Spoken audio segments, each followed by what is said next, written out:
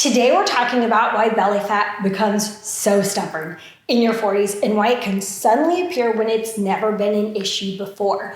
Belly fat can show up even when you're eating well and working out consistently, and it can feel confusing when you're doing your best, but there is a clear reason behind it. I'm going to walk you through exactly why this happens, what's actually going on inside your body, and 3 steps that can make the biggest difference so you know exactly what to do next. Belly fat in your 40s is almost always a combination of hormones, stress, and the way our bodies change with age. We lose muscle with age, which affects the structure of our core. So why does it happen? What's different in my 40s from what was different in my 30s?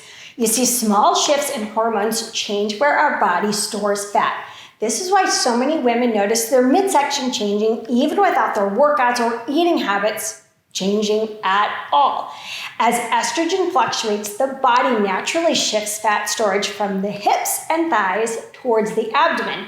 And this is sometimes deeper belly fat called visceral fat. So it's not just cosmetic, it's connected to inflammation, blood sugar changes, and cardiovascular health. That's why the change can feel sudden and very stubborn. So let's cover the 3 ways to get the needle moving in the right direction. Number 1, cardio needs change. Cardio is one of the biggest shifts in our 40s. What worked in our 20s and 30s often stops working or even backfires.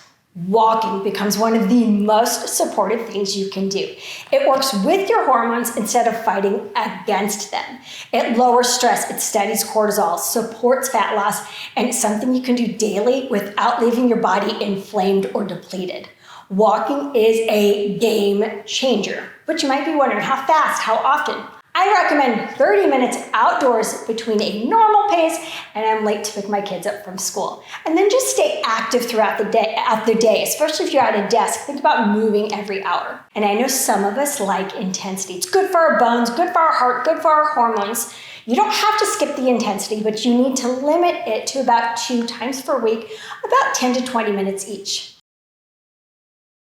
Moving into number 2, nutrition, specifically food intolerances, and how your body handles food and how it can change in your 30s, 40s, and 50s. Hormonal shifts can make you more sensitive to foods maybe you've tolerated your entire life. Dairy, gluten, richer meals, alcohol, or certain sweeteners may suddenly cause bloating or that uncomfortable, puffy belly feeling. These reactions aren't always necessarily allergies, they're intolerances. And they're managed differently, both allergies and intolerances. So you need to identify the foods that trigger symptoms, and this can make a noticeable difference in bloating and inflammation. I'll link an article below written by our registered dietitian. She talks all about food intolerances and kind of knowing the difference between that and allergies. For me, I was allergic to milk as a child. I grew out of it, and then it came back. And when I turned 40, I was miserable, I was inflamed, and I eliminated milk and started walking, and I lost 7 inches in 3 weeks. So make sure you pay attention to that nutrition. And finally, number 3, strength training. Strength training is one of the most effective tools for reducing belly fat, but why might surprise you, okay? So more muscle improves the way your body handles blood sugar. Muscle acts like a sponge for glucose, so the more you have, the steadier your blood sugar becomes. And steadier blood sugar means steady cravings. Your body becomes much better at burning fat. More muscle also supports your metabolism.